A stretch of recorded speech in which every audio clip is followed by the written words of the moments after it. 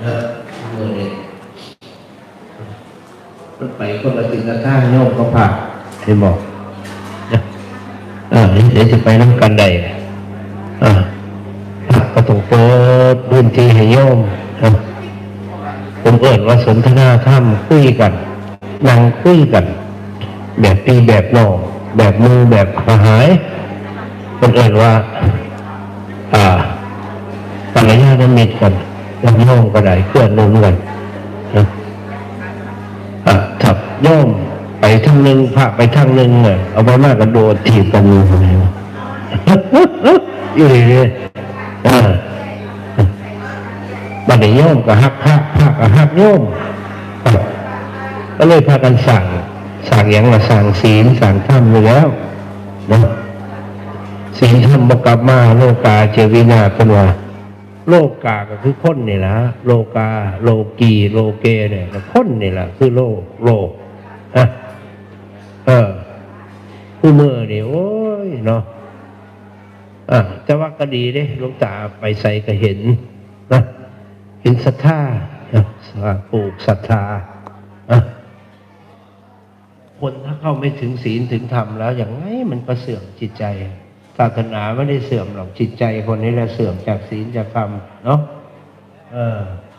เพราะฉะนั้นอย่าไปนิ่งนอนใจเนาะครูบาอาจารย์ก็พาเดินทางสู่มรรคสู่ผลได้นะมันอยู่ไม่ไกลหรอกนะมันจะอยู่ไกลใช่หรอกมันอยู่ในตัวเฮานี่เนาะไม่บอกล่ะคนที่อยู่ในธรรมในผู้ได้ล่ะศีลธรรมก็ได้เนาะคนบ่ได้หาบางอื่นในคนหาอยู่หมู่ใจเฮานี่เด้เมื่อวานเนี่ยมีคนตัดคลิปผมก็รู้ประเทศใส่น้ำกัน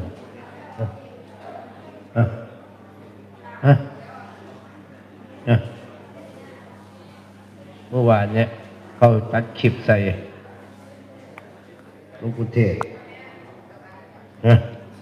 หลวงปู่เทศหลวงตามหาบัวก็ตัดคลิปใส่เมื่อวานเนี่ยเขาเจ้าว่าหลวงปู่เทศแนวไหนเพิ่นก็เทศว่าอย่างน่ะขนาดฟังคือกันก็ตัดเอาหน่อยๆมาใส่กันวันเนี่ยจะมา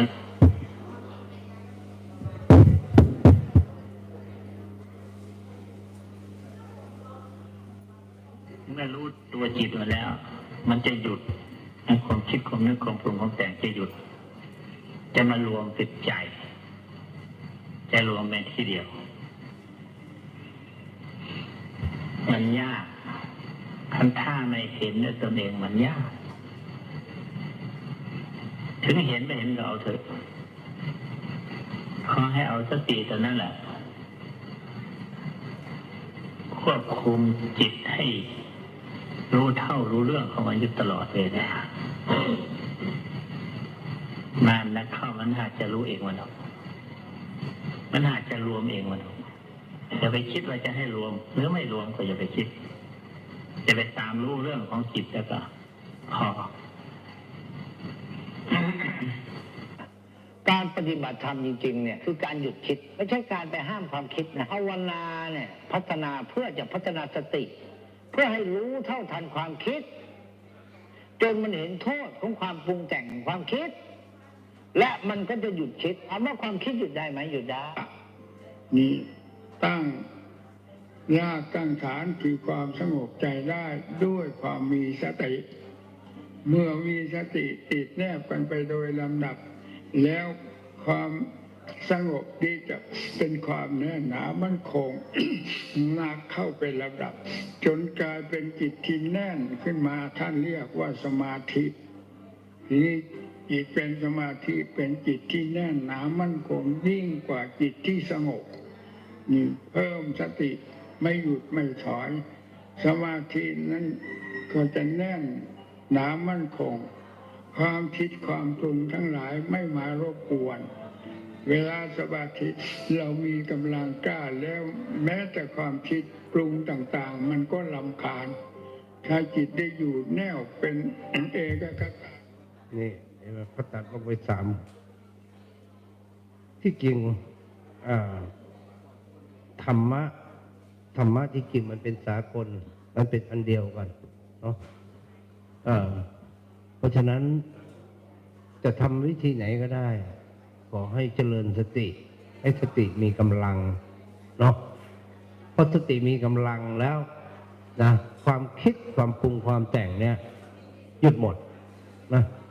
เรียกว่าเป็นอสังขตธรรมเนาะหมายถึงนิพพานนะเพราะฉะนั้นความคิดเนี่ยนะถามว่าหยุดได้ไหมหยุดได้1,000,000%เลย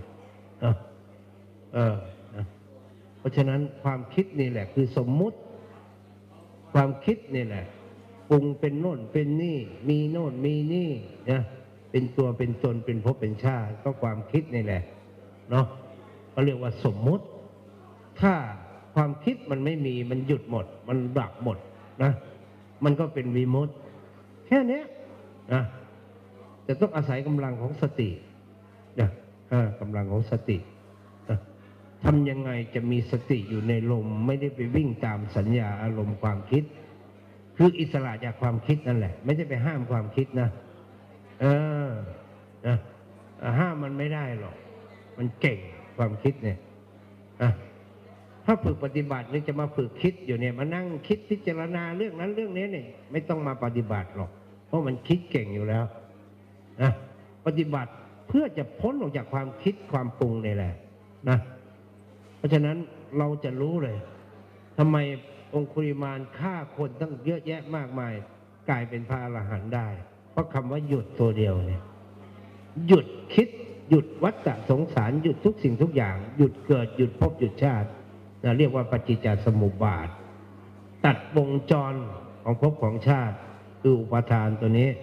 นะไม่ให้เหลือเลยดับสนิทเงี้ยมันก็ไม่มีปัญหาแล้วทีเนี้ยเนาะที่มันมีปัญหาอยู่เนี้ยมีแต่มันความคิดปรุงแต่งอย่างนั้นแหละนะคิดไปเรื่องเก่าๆซ้ำๆซากๆเนาะนี่นะมันเป็นอย่างนี้ครูบาอาจารย์ก็พูดนะแต่คนเนี่ยเอาไปตักข้าวได้นะพิจารณาเลยนะเพราะความคิดของคนนี่แหละนะมันพาไปนะสาธุหลวงตาจะไปนั่งตรงนั้นเลยดีกว่าเนาะตรงหน้าเลยไป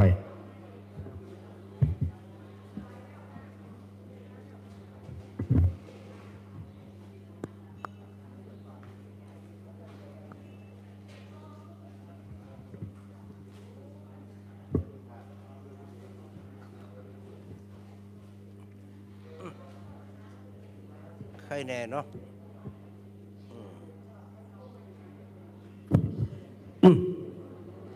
โอ้ยหงายซอกลงนี่ไม่ออกมันเห็นหำซะเนาะ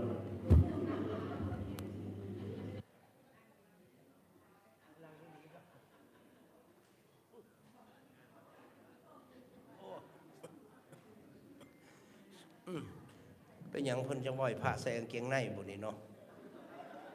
จักแม่นผู้ใดผ้าเฮ็ดดอก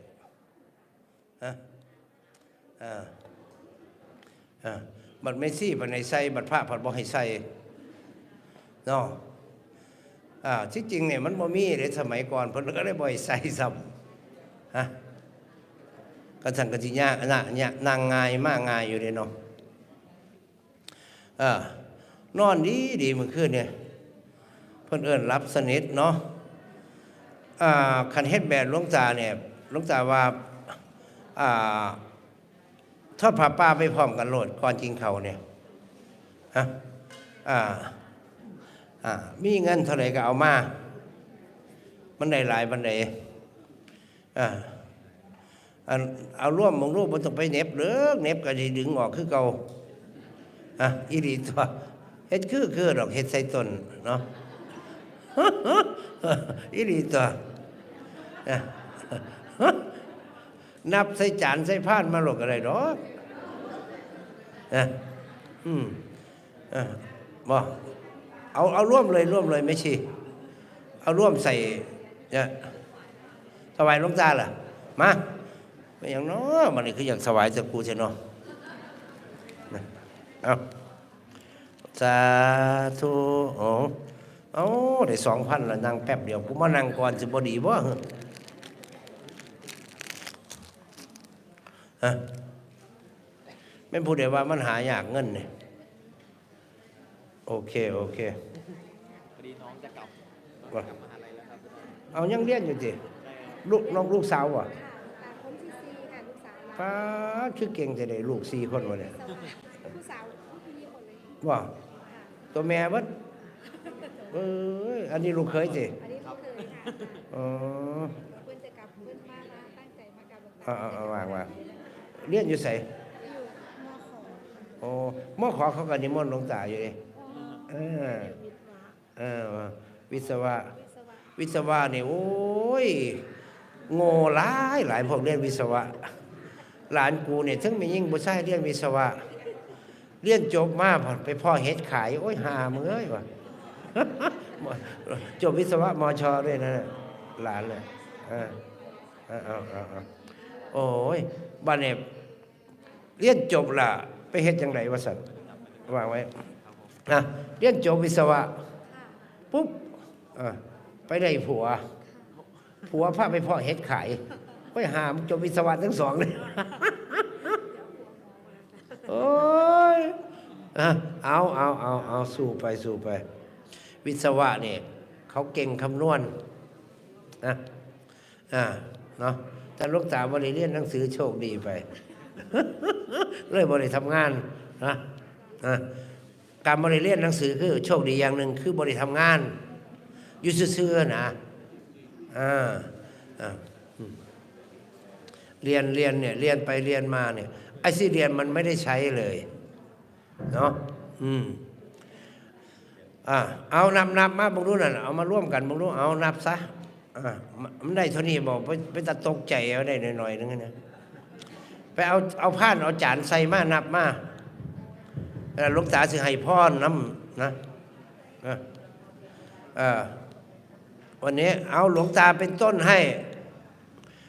100,000 บาทเนาะเอาละยันสาธุแห้งเลย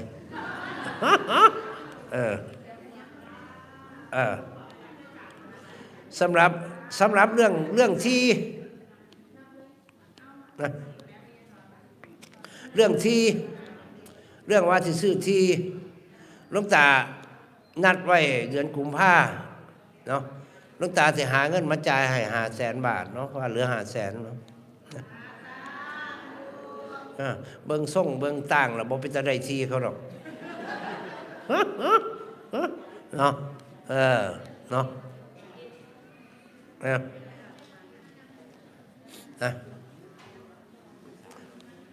มื้อนี้ก็มาเฮ็ดนะมันเป็นจังได๋บ่กันเฮ็ดเอาเงินใส่หีบใส่หยังอันเน็บไว้จังซี่นะเฮ็ดให้พระใจห้อยใจเงียงนะ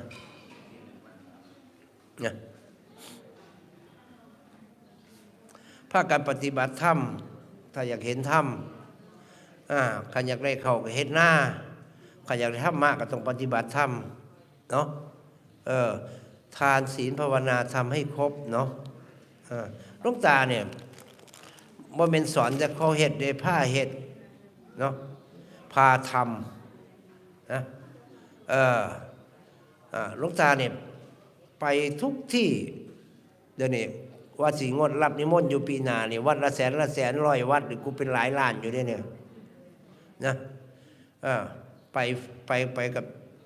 เบิ่งจังซี่ล่ะนะที่บ้านไม่เห็นที่บ้านก็ดีใจเด้เห็นแม่ออกเขาเจ้ามาเห็นพ่อตุ่มห้องกันแบบนี้โอ้ยเป็นตะเฮ็ดให้อยู่เป็นตะเฮ็ดน้ำเพิ่นว่านะพักกันเอาผัวมาบวชนะสลับกันปีนี้ให้ผัวมึงบวชเด้อว่าสั่นพี่นาให้ผัวกูงสนาเฮ็ดจังซั่นตัวกันบ่มีพระหลายนะเปลี่ยนกันบวช แต่ว่าอยู่วัดหลวงตาเนี่ยเชื่อไหมส่วนมากจะมาบวชกันเองมาเยอะเลยนะเนี่ยก็เข้านาคเต็มอยู่เนี่ยกลับไปเนี่ยก็จะบวชอีกแล้วเห็นไหมสำหรับพระชีนี่บวชแทบทุกเดือนอ่ะเดือนละหลายคนอ่ะนะแม่ชีเนี่ยนะบางคนไปเรียนจบเมืองนอกเมืองนามาก็มาบวชนะจบหมอจบอะไรก็มาก็มีนะจบจุฬาด้วยเห็นไหมก็มาอยู่วัดทำไมเขาจึงมาอยู่วัดเพราะเขาเห็นคุณค่าของตัวเองธรรมะคือตัวเรานะศีลก็คือเรานะถ้าเราไม่มีศีลเราก็ทำลายตัวเองนะคนที่ไม่มีศีลครองใจแล้วไม่ต่างจากสัตว์หรอกศีลเท่านั้นที่ทำให้คนต่างจากสัตว์นะจำไว้ถ้ามีศีลมันก็มีเมตตามีน้ำใจมันก็มีธรรมมาโดยอัตโนมัติของมันนะเพราะฉะนั้นถ้าอยากพ้นทุกข์นะให้ภาวนาภาวนาพัฒนาสตินะจนความคิดปรุงแต่งเนี่ยดับสูญสิ้นไป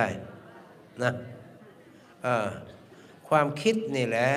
พาเกิดพาตายพาเป็นโน่นเป็นนี่อยู่เนี่ยนะคิดบดมือบดเว้นบดขึ้นตั้งแต่ตื่นขึ้นตั้งแต่เด็กน้อยพุ่นเท่านั้นนี่ใกล้สิตายแห้งคิดหลายย่านบ่เนี่ยนะเท่ามันได้ก็ว่าอยากตายได้แล้วเนี่ยพันย่านตายพันบ่ย่านเกิดบ่เนี่ยมันก็เลยเกิดนะนี่จำไว้เกิดเท่าไหร่ตายเท่านั้นเพราะเกิดมาตายถ้าไม่อยากตายก็อย่าเกิดเนี่ยต้องดับที่เหตุนะเพราะฉะนั้นศาสนาพุทธเราเนี่ยเป็นศาสนาแห่งทรงคุณค่ามากพุทธศาสตร์เนี่ยหมายถึงศาสตร์ของผู้ตื่นผู้รู้นะไม่ใช่ไสยศาสตร์นะเพราะนั้นไสยศาสตร์ไสยาตแปลว่านอนหลับเห็นไหมพุทธศาสตร์เป็นศาสตร์ของผู้ตื่นบางคนตรงกันข้ามกันเพราะฉะนั้นการที่เราเนี่ยมาเกิดมาเป็นมนุษย์แล้วพระพุทธศาสนานี้เป็นมงคลที่สุดแล้วนะบ่ต้องไปคบพญานาคหรอกมันบ่มาเห็นหน้าให้เขากินหรอกเสื้อข่อยเนี่ยก็จะคบพญานาคคบกล้วยอีตู่มันใส่หน้าให้เขากินพญานาคมันบ่มีอย่างเด้จังว่าอยู่หน้าศาลามันเฮ็ด3 หัวพุ่นเจ้าร้องเบิ่งมันสิไปแนวไหนแค่ว่าอีนี่พญานาค3 หัวเนี่ยมันสิไปจังไดเอาเจ้าว่ามันสิผิดกันบ่อันนี้เรื่องจริงนะคนเราจินตนาการขึ้นมาเขาก็หัวเดียวนี่แหละนาคะเนี่ยแปลว่างูนะอันนี้เฮ็ด7 หัว9 หัวก็มีมันสิไปอย่างไรล่ะบ่เนี่ยไม่บอกหรอกหัวหลายๆมันก็จะของเครือของยังไม่ชดชีพตัวไม่บอกคนก็คิดไปแหละจินตนาการไปนะปั้นขึ้นมาแล้วพยังว่าอยู่ในป้าจะมาปั้นคือจะปั้นพ้นเคยเห็นอีนี่ปรุงแต่งไปแล้วเนาะจริงๆนะเหมือนก็ถามหลวงตาเมื่อวานเนี่ยเขาถามเรื่องผีหลวงตาเคยเห็นผีไหมหลวงตาว่าไม่รู้เราไม่ได้เรียกว่าผี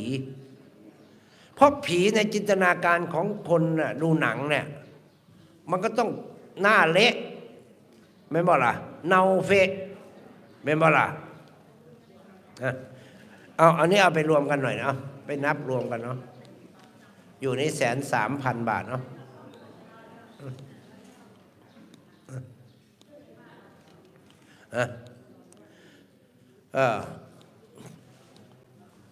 คือการทำพวกเราคิดว่าผีอาจจะมาจากคำบาลีคำว่าพีรูแปลว่าความกลัวแปลว่าความกลัวแต่สิ่งที่หลวงตาเห็นเนี่ยมันเห็นเป็นเหมือนคนเนี่ยมันไม่ได้มีเน่าเหม็นอะไรไม่มีเหมือนคนธรรมดาเนี่ย แต่เราดูหนังเนี่ยที่เรากลัวเนี่ยเพราะว่าถ้าผีจริงมานั่งดูหนังกูว่าผีก็กลัวจินตนาการของมนุษย์นะมันทำซะจนอะไรเนี่ยเหมือนคนบอกว่าเนี่ยไปอยู่กับศพไปเพ่งศพเนี่ยมันจะพ้นทุกข์เขาเรียกอสุภะ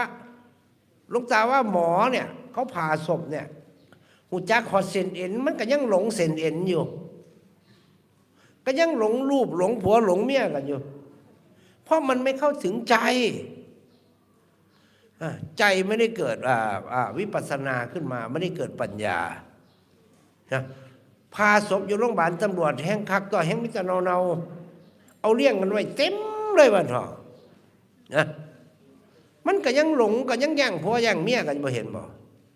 เพราะยังล่ะเพราะมันไม่เข้าถึงจิตถึงใจนะ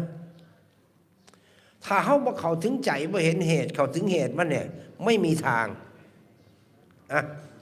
จะพูดเอาดีพูดไพเราะขนาดไหนก็ตามไม่มีทางที่จะไปดับเพราะนั้นพระพุทธเจ้าบอกดับที่เหตุนะ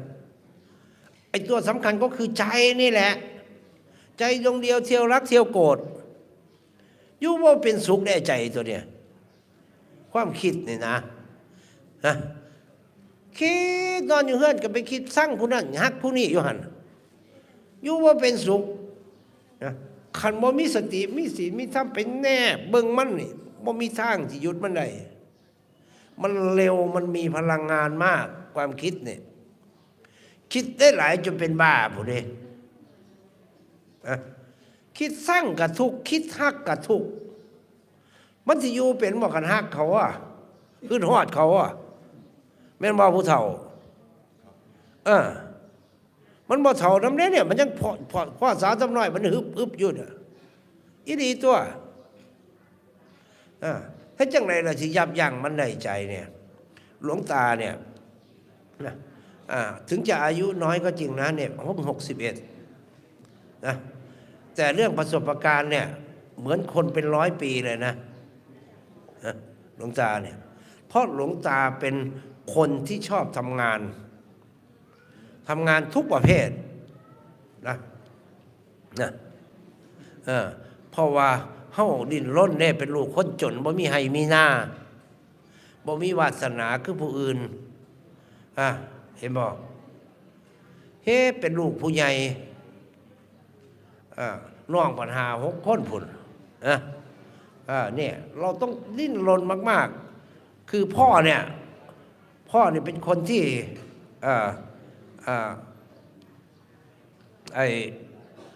พ่อเนี่ยเป็นคนที่ช้าบ่เป็นกี่ข้านเนี่ยหังซ่าเราเบ็ดเนี่ยปีนี้สิใช่ปีหน้ามันเลยหนักที่แม่ไงแม่ต้องขยันมากแล้วทำ2 เท่า 3 เท่าเพื่อลูกหลายคนเห็นบ่แม่กันก็เลยโอ้จะดีโจรผู้เฒ่ากันต่อลูกตาเป็นลูกกกป่ะเนี่ยก็เลยมันหนักก็ต้องช่วยแม่เห็นไหมหน้ากับบ่มีน้ำมูไปหาปลาเลยตัวใหญ่บ่ได้กินหรอกเอาไปแลกเขาก็เจ้าหลวงตาเนี่ยแต่หลวงตาเป็นคนที่บ่ย่อท้อนะเป็นคนที่ไม่ท้อเป็นคนที่สู้ชีวิตนะจนมีบ้านมีทุกสิ่งที่มนุษย์ควรมีนะบ่มีหน้าบ่แม่อยากได้หน้าซื้อหน้าให้นี่เป็นจังซั่นบ่มีรถซื้อรถให้อยากมีเฮือนบ่สร้างเฮือนให้นะนี่เห็นบ่บ้านนี้สร้างเฮือนสร้างยังให้พ่อแม่ตอบแทนบุญคุณพุ่นแล้วทำหน้าที่ของลูกพอสมควรอยากทำหน้าที่ของตัวเองคือบวช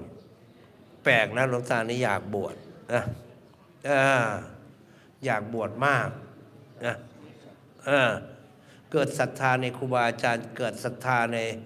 บูรพาจารย์นะเลยตัดสินใจบวชนะบวชแล้วก็บ้าอย่างหน่อยกูก็เป็นพระดีละนะบ่เฮ็ดให้เสียข้าวสุกโยมมศนะจังได๋ก็สิบ่แม่นว่าโอ้ยบวชเรา เฮ็ดทั่วทีบนะบ่แม่นเนี่ยหลวงตานี่บวชอีหลีว่าเถอะบวชจริงบวชจังนะ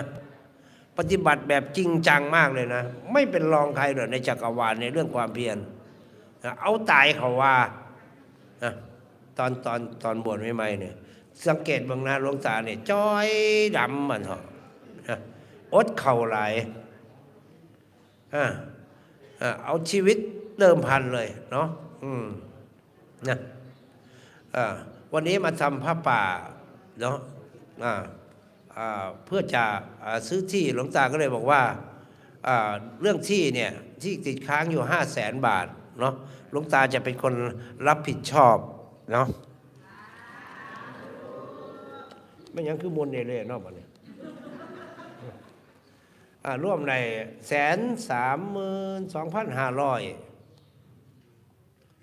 132,500เอาล้านซ้ำอีกเอาแหละ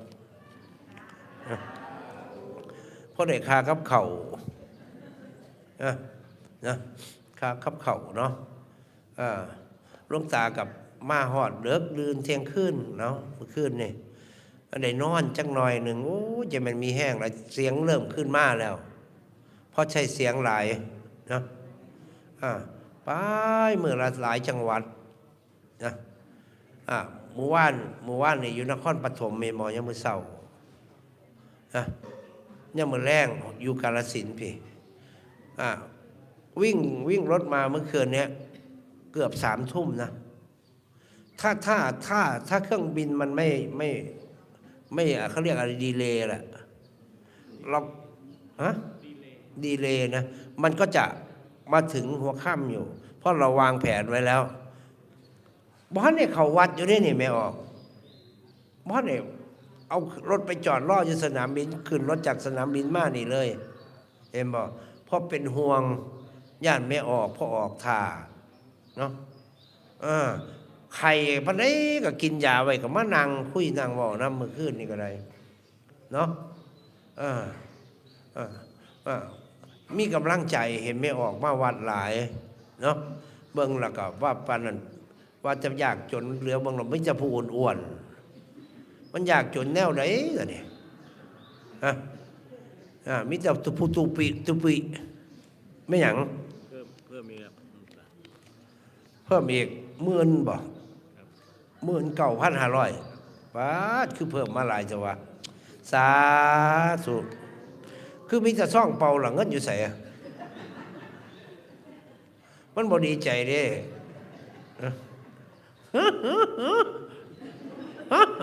โอ้ยนี่แหละเฮาบ่ใครมักเด้คนเอาเงินใส่ซองเนี่ย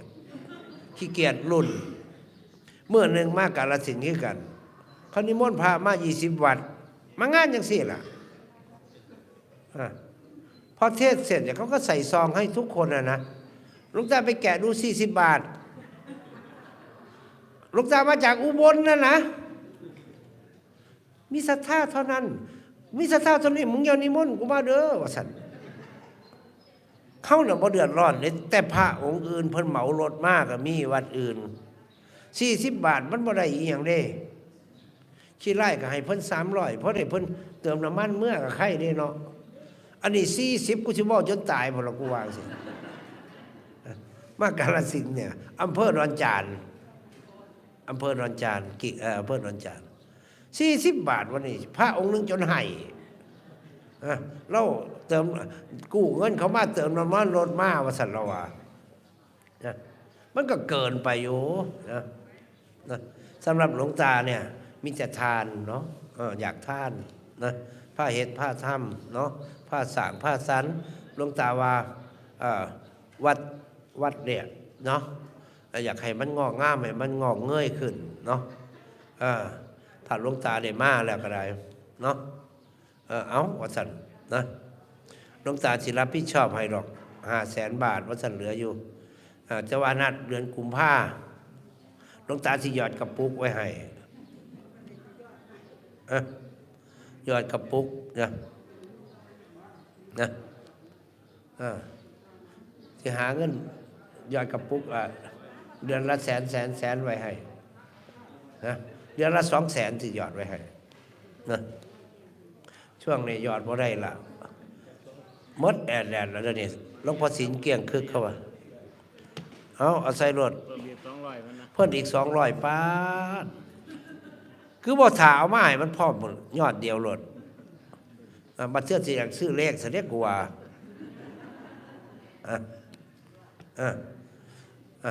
ที่จริงซื้อเลขถึงเราเนี่ยยอดพระป่าเนี่ยเขาล่องเมืองละเสี่ยงกันรถนะเพิ่นว่าอบายมุกนะอบายแม้หมายถึงเสื่อมมุกแปลว่าประตูนะอย่าพักกันไปซื้อเท่าเลขนะซื้อลอตเตอรี่เอา ซื้อเพราะได้รุ่นเนาะเพิ่นว่าเจ็บแล้วจำคือคนเจ็บแล้วทนคือคนเล่นหวยนะอย่าพากันไปซื้อหลายๆเอาไว้จะซื้อกินแน่เด้อนะใช้กาฬสินธุ์เขาแต่งตัวดีเนาะเบิ่งล่ะคือมันหนาวบุนี่แต่งตัวดีนี่มักวีรพงษ์วงศ์ศิลป์ทักมาเมื่อคืนนี่อยู่ไสหลวงตาว่าซั่นกูก็อยู่กาฬสินธุ์พี่แล้วว่าซั่นโอ้ยมาอยู่ไกลสิเนาะว่าซั่นได้มามื้ออื่นมื้อแกไปเล่นอยู่อำเภอนาเยียวีรพงษ์วงศ์ศิลป์เนาะแล้วก็เสียงอีสานวันที่3เนาะมื้อแรกเนี่ยเป็นพี่สไตล์ของพวกหมอลำซิ่งแล้วก็ดารานักร้องที่มารวมงานอยู่อำเภอนาเยียเนาะ1 2 3หลวงตาว่าจัดให้เบิ่งฟรีเนี่ยกลับจากนี่ก็สิไปนาเยียเนี่ย1 2 3เป็นบุญกุศลมหาทานบ้านแม่ชีเจิ้นเนาะแม่ชีเจิ้นเกิดอยู่อำเภอนาเยียหลวงตาเลยว่าอยากให้พี่น้องนาเยียได้รับประโยชน์จากแม่ชีเจิ้นมั่งเนาะก็เลยจัดงานจ้างหมอลำให้เบิ่งฟรี3 มื้อ3 คืนเฮ็ดยังกินเลี้ยง3 มื้อ3 คืนแจกผ้าห่ม3 มื้อ3 คืนนะแจกเงินอีก3 มื้อ3 คืนบ่แม่นเว้าเล่นเลยนี่นะจังว่าผ้าห่มเนี่ยหลวงตาซื้อปีละ10,000 ผืนบัดนี้ก็เลยสิไปเบิ่งมันเฮ็ดผ้าห่มแนวใดซั่นเด้บัดเทื่อส่งเสริมมันน่ะลูกศิษย์ลูกหา10,000 ผืนนี่ก็ปีละล้านกว่าบาทเด้นะปีหนึ่งนะปีละ10,000 ผืนเพื่อจะไปแจกคนหลวงตาเป็นคนจนเมื่อก่อนเนี่ยนอนคดอยู่บ่มีผ้าห่มก็เลยมีโอกาสก็เลยอยากเฮ็ดเนาะปีละ 10,000 ผืนปกติก็สั่งจากโรงงานเขาบ่เกิน110 บาทต่อผืนนะอย่างดีนะหลวงตาเนี่ยจะให้จะสิ่งดีๆเนาะปีนี้ปีละล้านกว่าบาทซื้อผ้าห่มเอาไปแจกให้ความอบอุ่นเห็นหลวงตาเนี่ยสิอบอุ่นร้อนหนาวเห็นไหมหลวงตามาแล้วเขาเห็นเขาอยากได้ผ้าห่มนะญาติกันก็มีเลยสกีไปแจกแถวหลวงนะหลวงตาเนี่ยเป็นคนใฝ่ทานตั้งแต่เป็นโยมแล้วนะเป็นคนที่ใฝ่ทานนะพอเขาเกิดมาจนบ่เคยมีบ่คือผู้ดีเพิ่นเฮือนใหญ่เขาเราใหญ่หลวงตาบ่มีเด้เฮือนฝาแคบ2 มุ้งหญ้าเนาะแต่ว่าเลี้ยงน้องเลี้ยงพ่อเลี้ยงแม่กลุ่มอยู่เด้กลุ่มอยู่หาเงินเก่งนะเสื่องไว้บางไหนก็หาพ่อเพราะฉะนั้นด้วยผลของอานิสงส์ของการท่านโดยนิสัยอุปนิสัยปัจจโยบนว่านะนิสัยเป็นเหตุเป็นปัจจัยไปทั้งใดก็มีแต่เหตุบุญผ้าไม่ออกเหตุบุญบ่เฮ็ดกะยาหัวเพิ่นแล้วเฮาเฮ็ดผู้เดียวก็ได้เอาว่าแนวนี้แต่เขาเจ้าก็เฮ็ดน้ำหลวงตาเด้นะทุกปีเนี่ยหลวงตาถวายรถไม่ต่ำกว่าปีละ60 คันนะเฉพาะรถยนต์นะเนาะแต่ตอนนี้หมดแล้วล่ะหมดอีหลีเนี่ยบ่รอเล่นนะ แจกมา3 ปีนี้ประมาณ200 กว่าคันแล้วนะเพราะหลวงตาเป็นคนมักรถจะกี่มักแต่รถกับผู้สาวแต่เป็นโยมผุนตอนนี้ก็มักไม่ออกคือเก่านั่นแหละอีดีตัวเบิ่งเบซี่วัดครูบานิกรนั่งสำรวมดีดอก แต่ว่าความขึ้นไปหอดใส่หรอบุ้อีดีเด้นางเบิ่งมันสงบอยู่ซื่อเด้แต่ว่าความขึ้นมันไปเหรอเด้อีดีเด้หลวงตากับลิตรเมซี่อยู่เด้ไม่เห็นหน้าตาหลวงตาขึ้นมากหลวงตาก็มีเสียใจด้วยนะเมซี่เด้ออีดีเด้นังเชื่อกับจังไรในเมซี่เนี่ยเห็นบ่ที่หลวงตาบอกมันขึ้นมาจบร่มหกกุดพัดสินเมซี่ขึ้นมาหลวงพ่อหลวงตานางเบิ่งเมซี่ว่าจังไหนโหบ่โอ้ยถือว่าเห็นนรกกันแล้วนะกันนรกหลวงพ่อว่าสั่นเห็นบ่หลวงพ่อว่าสิลูกหนีร่มหกกุดพัดสมองหลวงพ่อขึ้นมาบ่เนี่ยเมซี่กับตาตีมึงเกิงคือกันหลวงพ่อก็เลยว่าถือว่าเห็นเปรตกันแล้วกันเด้อว่าสั่นปันใดล่ะหลวงพ่อจังสิพาเปรตลงนรกมันว่าเห็นบ่จังไรสิเดเมซี่ก็ได้นะเพราะฉะนั้นมันฝ่ายตรงข้ามกันไม่ยิ่งกับมักผู้ชายกับมักไม่ยิ่งพระพุทธเจ้าจังห้ามว่าถ้าบ่คุยได้ดีนะเป็นพระเป็นสงฆ์เนี่ยนะถ้าหลีกเลี่ยงได้อย่าไปเบิ่งมันว่าสัตว์เพิ่นว่าบ่เบิ่งจังไรมีแต่แม่ออกมาวัดเฮาว่าแม่นบ่ล่ะคำบ่มีแม่ออกมันสิได้กินข้าวอีนี่ตัวเพราะฉะนั้นให้ทำใจให้ภาวนาจังสิรอดพ้นออกจากบ่วงม่านตัวนี้เนาะบ่วงม่านคือห่วงแหมห่วงรักหลงสิเนหาพระพุทธเจ้าบอกว่าสิเนหาความอาลัยอาวรณ์ความสิเนหาความคิดถึงมันทุกข์เด้อย่าพากันมากกันเด้มากเนี่ยมันทุกข์เด้ที่บอกให้ที่ใดมีรักที่นั่นมีทุกข์เพิ่นว่าเห็นบ่พระพุทธเจ้าว่าหักแห้งกับทุกข์แห้งเป็นห่วงแห้งห่วงหลายก็เป็นห่วงบ่ได้บ่เนี่ยเอาแล้วบ่เป็นตะอยู่แล้วแม่นบ่ล่ะนี่ล่ะเพิ่นว่าที่ใดมีรักที่นั่นมีทุกข์เพิ่นว่าที่ใดมีรักที่นั่นมีคุกคือกันล่ะคันรักเขามันเป็นเท่านั้นเนาะเพราะฉะนั้นมันมีแต่ทุกข์โลกนี่เต็มไปด้วยความทุกข์ไม่มีหรอกการเกิดเป็นเหตุแห่งทุกข์เพิ่นว่าลูกตามองมาเห็นแสงสว่างเลยในโลกเนี่ยในโลกในกายา31 ภพนี่มันก็เต็มไปด้วยทุกข์คือกันเทวดาก็ทุกข์เป็นเทวดาก็ทุกข์คือกันทุกข์ย้อนหยังทุกข์ย้อนความเป็นอนิจจังความไม่แน่นอนความไม่เที่ยงนะอนิจจังเห็นบ่เพิ่นว่าบ่จริงบ่เที่ยงบ่เฮาเพิ่นจริงเห็นบ่มันจริงจังได๋น่ะเห็นบ่นั่งอยู่หัวงอกๆตะกี้แล้วก็เป็นสาวคือกันนั่นนี่เห็นบ่เป็นหยังล่ะบัดนี้มันเสื่อมมันไม่จริงมันเสื่อมสลายบ่เฮาคือกันนั่งอยู่นี่เห็นบ่จะเข้าเป็นบ่าวน้อยก็ว้ายปึ้งๆคือกันแล้วนี่ไปใส่หมดบ่นี่คืออย่างหลวงปู่ชาเพิ่นว่าบักมะม่วงลูกเดียวเนี่ยเป็นทั้งมะม่วงน้อยเป็นทั้งมะม่วงใหญ่เป็นทั้งบักม่วงเฮิมเป็นทั้งบักม่วงสุกในหน่วยเดียวกันเข้าคือกันมีเกิดมีแก่มีเจ็บมีตายไงในความหมายเห็นบ่มีการเสื่อมสลายไปอีหลีมันบ่แน่นอนเพิ่นว่าเพราะฉะนั้นขอให้ทำคุณงามความดีหลวงตาเห็นน่ะหากมีศีลมีธรรมนะหลวงตาสิมาเรื่อยๆมาเบิ่งเรื่อยๆเนาะผู้ใดมีหน้าใกล้ๆนี่ก็บริจาคผู้ละให้2ให้แน่อาจสิพากันขี่ทีหลายบ่ค้านบ่เฮ็ดหน้าแม่นบ่ล่ะอีหลีเด้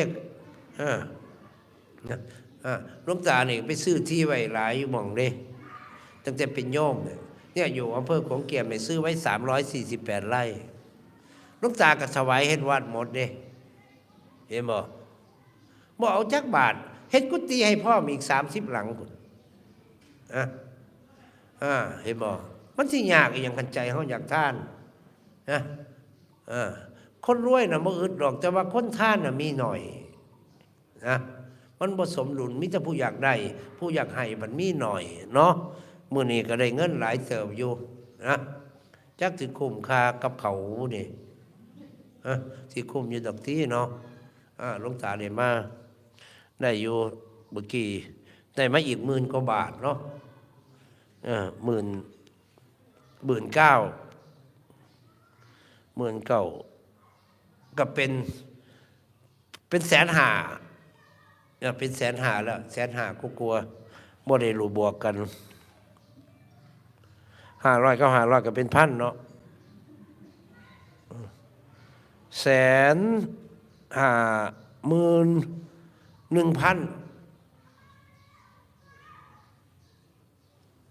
2,000 152,000เนาะโอ้ยก็สิออกเลข00ก็บ่ไปเอาหรอกเติมมาแหน่เติมมาให้มันได้ไปซื้อเลขรุ่นๆเนี่ยก็ได้เอาถือขันน่ะบักหล่ามึงอ่ะเอารูปรอๆเนี่ยอาศัยหน้าตามึงอ่ะถือขันน่ะไปเอาใครอยากทานก็ทานเอาไม่อยากทานก็ไม่ต้องทานเอาถือขันไปเอามาเติมบัตรสุดท้ายเนาะขี้ไล่ก็ให้ได้200,000ก็ใครอยู่ได้เนาะอันนี้150,000ว่าซั่นนะเอาเนี่ยเอาไปบวก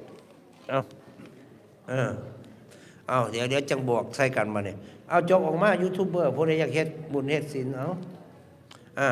อาศัยหน้าตามันนั่นล่ะคือกันล่ะก็สมัยกูเป็นบ่าวเป็นแนวนี้ล่ะย่างกายเฮือนผู้สาวเดาฟ้าใส่มันตะกี้อีหลีอาศัยหน้าตาเฮ้ยไอ้ตำรวจเมียไม่มาด้วย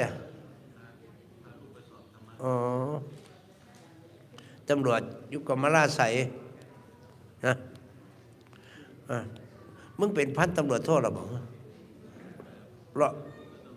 ร้อยตำรวจเอกเนาะโอ้ยเดี๋ยวก็ได้นั่นดอกเนาะกมราใสเดี๋ยว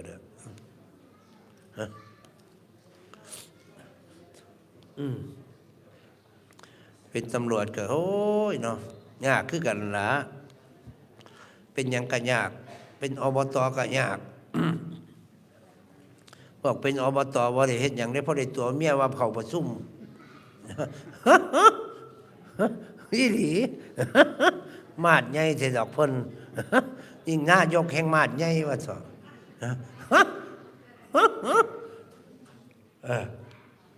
เป็นพระเนี่ยมันจังสบาย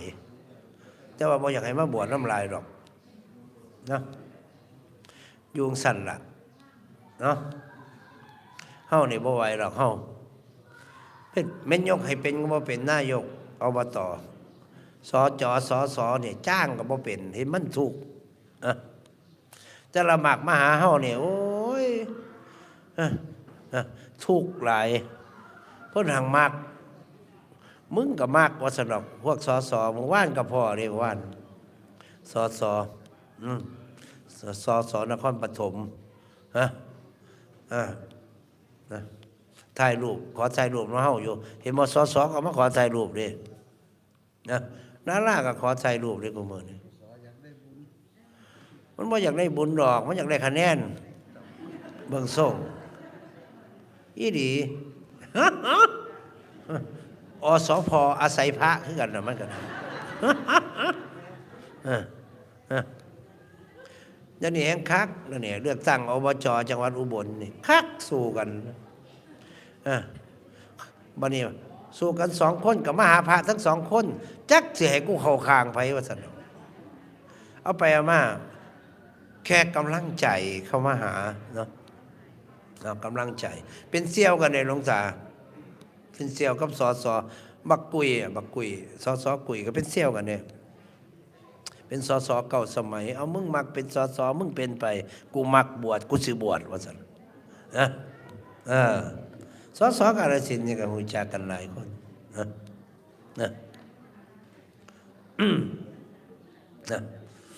เฮามักบวช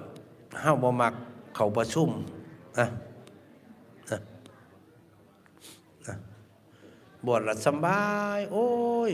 มีผักลืมผัวบ่เฮือแถวนี้เฮ้อเฮาเลยอยากกินผักลืมผัวไปอุบลบ่มีผักลืมผัวนะมีแต่ผักลืมเมียรู้จักบ่ผักลืมผัว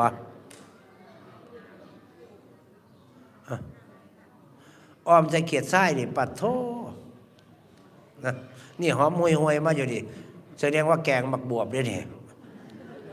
น้ำลายเหยเลยเฮ้าเอามานับเบิ่งบ่เนี่ยมันติดใจเกือบ200,000แล้วล่ะคิดไล่ให้ได้200,000เด้อเนี่ยมื้อนี้คันเกินไปก็ให้นิดน้อยก็ได้นะบ่ให้เกินไปหลายเนาะอันนี้เด็ก15,000ได้150,000ก็กลัวนะใส่ได้150,000ตัวนี้152,000เห็นบ่มันก็ขาดบ่กี่ตังค์ได้ล่ะนะ200,000นะหลวงตาออกอีก 40,000นะ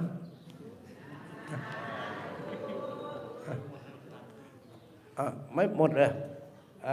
เอาจากใครทนายมีตังค์ไหมทนายให้ตังค์เนนมีไหมเนน 40,000เอามา 40,000นะให้มันได้200,000เอาอันนี้มาเอาไว้เติมน้ำมันเมื่อไหร่เอาอีก 40,000 บาทเนาะ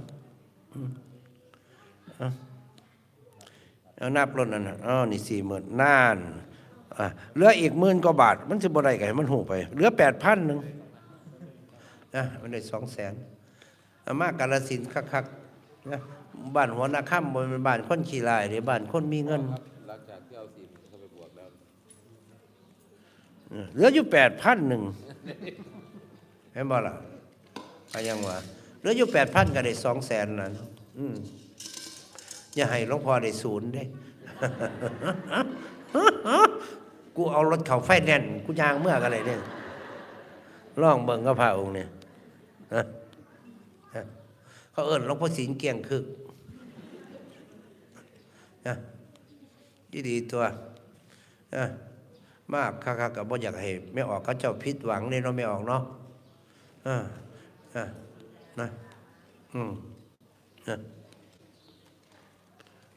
ได้คักๆแล้วบัดนี้ความบ่ได้จักสิว่าจังไดล่ะ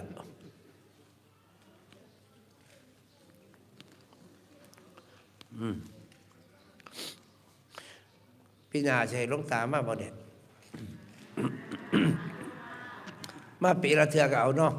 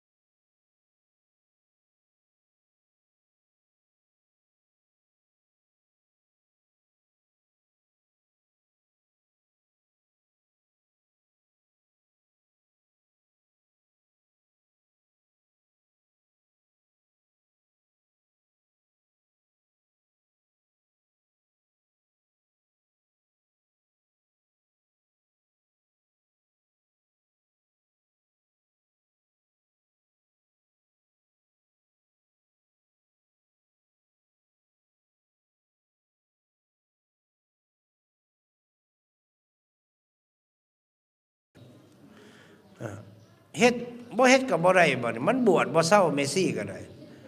จนหาไว้มึงจะส่วนกันมาบวชเด้อว่าได้บ่ล่ะ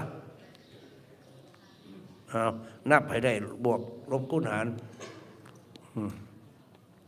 ได้บ่200,000บ่มึงอย่าคัก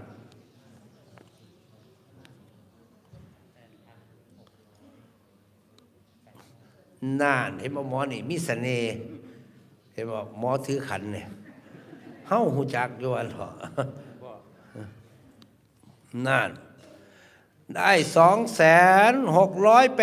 2,685 บาทสาธุนี่เอา นะคันให้หมอนี่ถืออีกรอบนึงแห้งสิได้ว่าเนาะ เอาใส่เลยเห็นบ่นะ เอาเลยครบ200,000แล้ว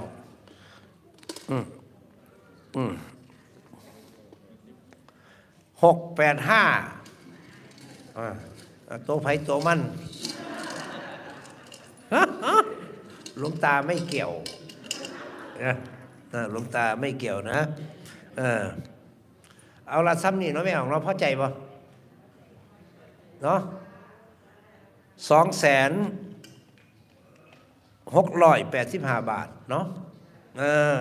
กับไข่อยู่เด้เนาะไข่ก็บ่ได้ยังอยู่หาเบิ้ลปีก็บ่ได้เด้บุรุษคนเนาะเงิน200,000นี่เนาะนะหลวงตาได้มาได้ทำคุณประโยชน์นะได้มาห่วมเนาะได้ห่วมบุญนะได้มาห่วมบุญห่วมกุศลนำมาผู้เป็นพ่อเนาะเกิดก่อนก็เป็นพ่อเป็นอ้ายไปถือว่าเป็นลูกเป็นหลานบ้านบุเจ้าคือกันนะอันคันสายันสัญญาว่ารักสายันน้อยๆคอยรักนานๆว่าซั่นนะหลวงตาคือกันเนาะฝากโตเป็นลูกเป็นเต่าครับพอออกไม่ออกบ้านนี่เด้ออันไหนบ่ดีบ่งามลูกหลานเบาไปเนาะก็อย่าถือสาเนาะอันไหนมันดีจังเลือกเอานะคือยังไปสอนลักษิละถือขี่ก็สิเอามานำบ่แม่นเลือกเอาจะแนวมันเป็นประโยชน์เนาะแม่นบ่ล่ะคือกันล่ะกับเฮามาวัดบ่แม่นมาหาแค่บ่ดีเด้หาเอาแนวมันดีใส่ใจเด้ออันไหนมันดีมันงามก็เก็บใส่จิตใส่ใจไว้คือสิ่งคือธรรมนี่ล่ะมื้อนี้ลูกหลานได้มาเยี่ยมบ้านใช่เฮาเฮ็ดจังไดมาโอ้ยแห่งญาติบ่มาว่าท่านคิดว่า3 ทุ่มพุ่นสิมาฮอดนะฟ้าวโชเฟอร์เห็นบ่เนี่ยขับรถบักปุ้ยอัดขนาดว่านเท่าไปแต่ว่ารถมันหลายบัดนี้จักมันเป็นจังไดมื้อวันศุกร์บ่จังว่านะก็เลยได้ซ่าแน่วันเท่าไปเอาไปมาที่หลังบ่ได้ออกเงินน้ำหมู่เด้นั่นอย่าเฝ้าปิดเด้อเอามาโอ้ยเกือบตัวนี้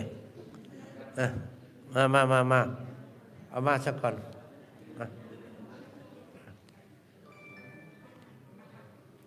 เอาท่องคำเนาะใส่น้ำกันได้ดอกกูเห็นสอยหลายคนอยู่มือนี่บอกผลงานสู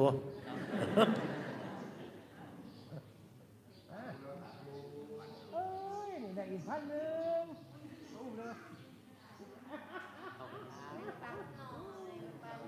โอ้ยิ้มหล่อโอ้เนี่ยนอนขนาดเลยเว้ยยิ้มหล่อนี่โอ้ยมันคือกูใช่เนาะได้อีก1,000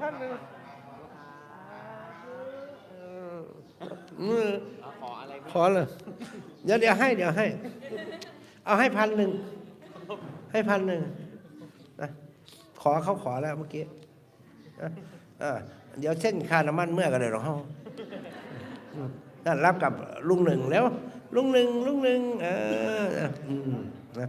เอาซัมบอดี้เฮ็ดละสู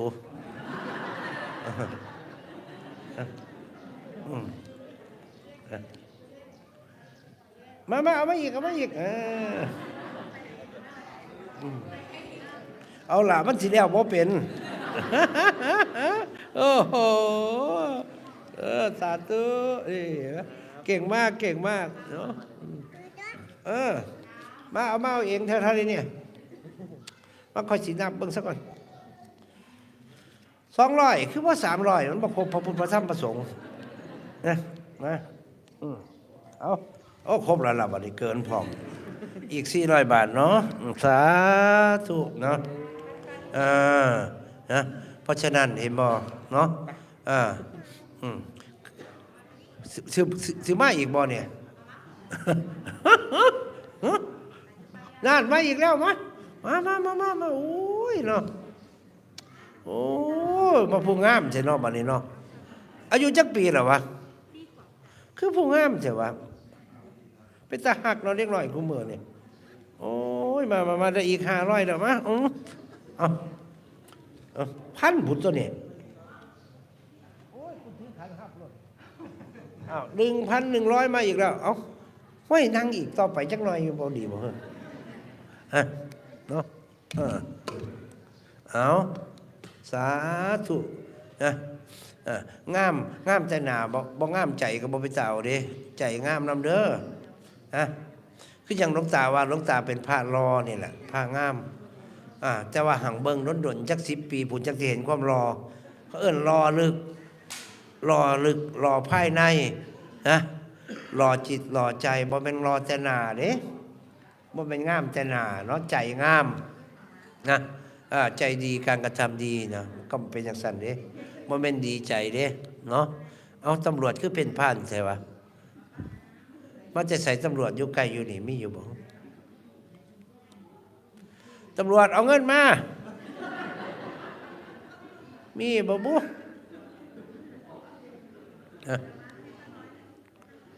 ซุ่มยืนบ่ได้เข้าศาลาบ่ได้เสียเงินเด้เนาะเฮ้ยจังได๋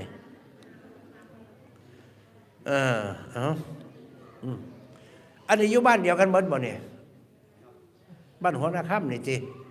ผู้ใดอยากบ่มีผ้าห่มก็ไปซื้อนี่เด้อบ่ร้องแล้วเมื่อคืนนี่อุ่นอยู่ที่นอนก็นอนแล้วเมื่อคืนนี่บ่แม่นนอนหรอกนั่งเมื่อคืนนี่นั่งเบิ่งแล้วโอ้ยนั่งดีเนาะมื้อนี้หลวงตาสิไปแวะโรงงานอยู่ไปเบิ่งไว้ว่ามันเฮ็ดผ้าห่มแนวใดจังได๋เชื่อปีหน้าบ่เชื่อหลวงตาซื้อผ้าห่มสิได้เชื่อเนาะเดี๋ยวเอานะคนใจบุญอยากสนับสนุนคือกันแนวนะสนับสนุนเนี่ยคนว่าคนมีศีลมีธรรมผู้ใดก็สนับสนุนซะสนับสนุนหลวงตาคือกันเนาะอยากไปเบิ่งนะ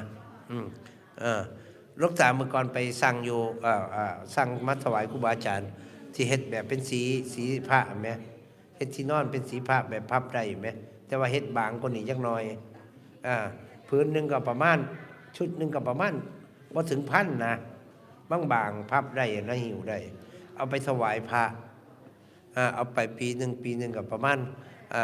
เอาเป็นพันชุดคือกันหลายพันชุดคือกันเอาไปถวายพระนะยิ่งอยู่วัดหลวงตาเนี่ยหน้าหนาวเนี่ยเมซี่ผู้เฒ่านะเป็นจริตโตนก็เลยสั่งผ้าห่มหนาๆมาให้เราอุ่นเราผู้เฒ่าเนาะจังว่าเราบ่ตายง่ายนั่นแหละเราอบอุ่นกูจะเฮ็ดให้เราหนาวตายจักปีซะบ่วะข้านเลี้ยงเนาะเอามาอีกมาผู้ใดบ่ทันเอามาเนาะหลวงตาสิให้พรได้บ่เนี่ยมันจะเป็นกินข้าวแซ่บได้จักหน่อยมันบ่ฮ้อนเนาะเอาได้ล้นแล้วบ่เนี่ยโอ้ยมาอีกเป็นพันบ่เนี่ยเนาะเอ็มบอกเกินแล้วเด้อบ่นี่เด้อเกินไปหลายเติบแล้วเนาะบ้านหัวนาค่ำเป็นบ้านใหญ่บ้านใหญ่บ้านนี่เป็นบ้านเศรษฐกิจบ้านหนึ่งเล็กของอำเภอเอียงก็อำเภอย่างตลาดเนาะย่างตลาดเนี่ยหลวงตาจำได้ว่าถ้านามสกุลผู้ขึ้นก่อนเนี่ยมาแต่ย่างตลาดโลดนะผู้จังทันผู้ช่ำนี้ผู้นั่นผู้นี่เนาะพอเขาเจ้าบ่มีผู้ก็เลยตั้งชื่อผู้ไว้นะเอาวันนี้หลวงตาสิให้พรนะ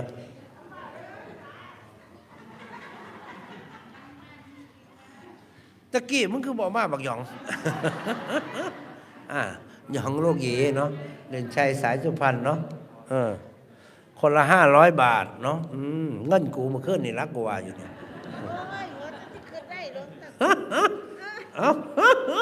โอ้ยเอาถือขันใส่เราหมดเลยเอาลูกตาถือขันเราเลย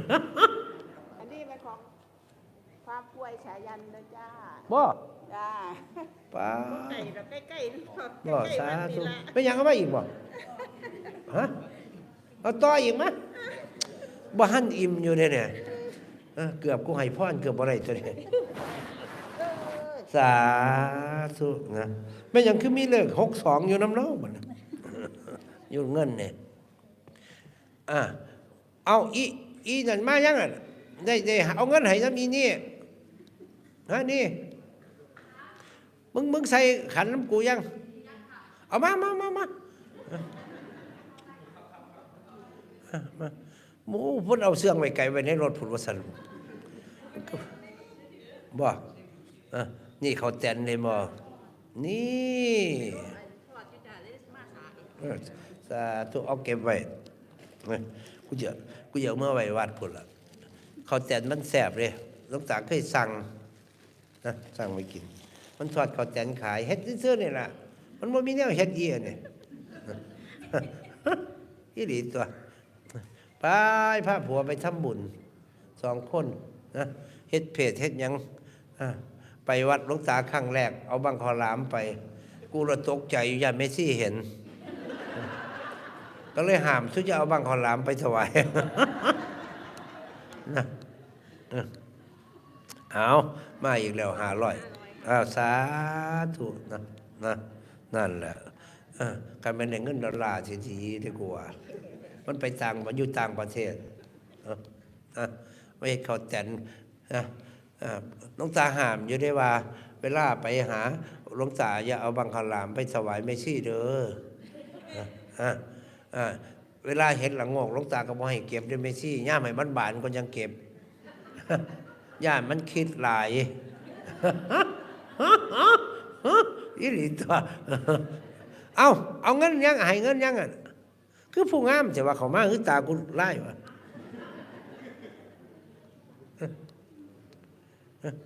มันอีดีเดี๋ยวไปหลบผู้งามอยู่เอามาจะ500บุกดูให้ยังให้เงินกูยังคือบ่มีก็บ่เป็นอย่างเด้อ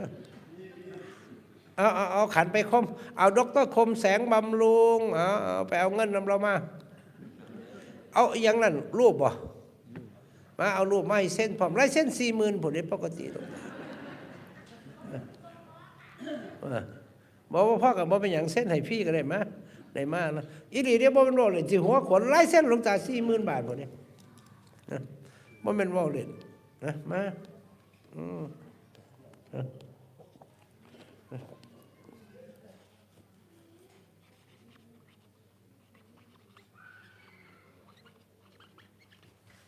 เอาบัดนี้เท่าไรก็เท่านั้นล่ะเนี่ยว่าละพันหัวขวัญไล่เส้นหลวงตานี่ 40,000 บาทจริงๆนะแต่เซ็นให้ฟรีชื่อสินทรัพย์นะได้มาจาก100 เอ็ดค่ะบ่มาจากที่แยกหลัดท่องเที่ยวหลัดโอ้มาจากร้านที่ยังถูกกอง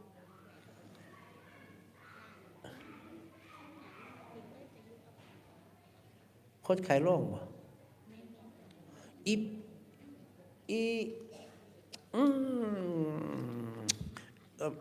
แม่อีไข่เกี่ยวอ่ะ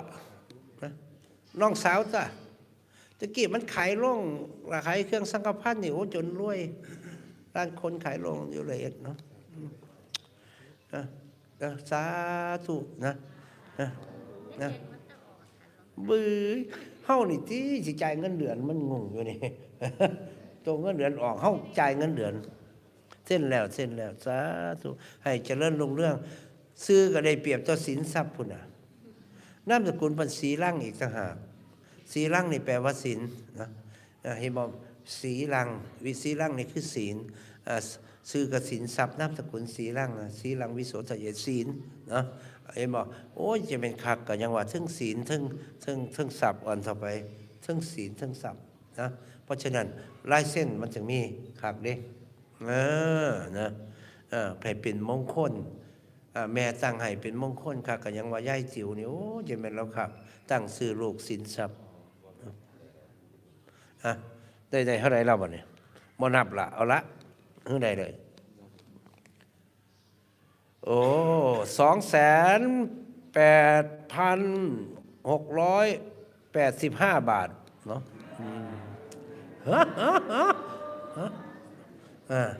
เอาตัวไผตัวมันเอาหลวงตาสิให้พรล่ะหมดแล้วเนาะบัดนี้เนาะ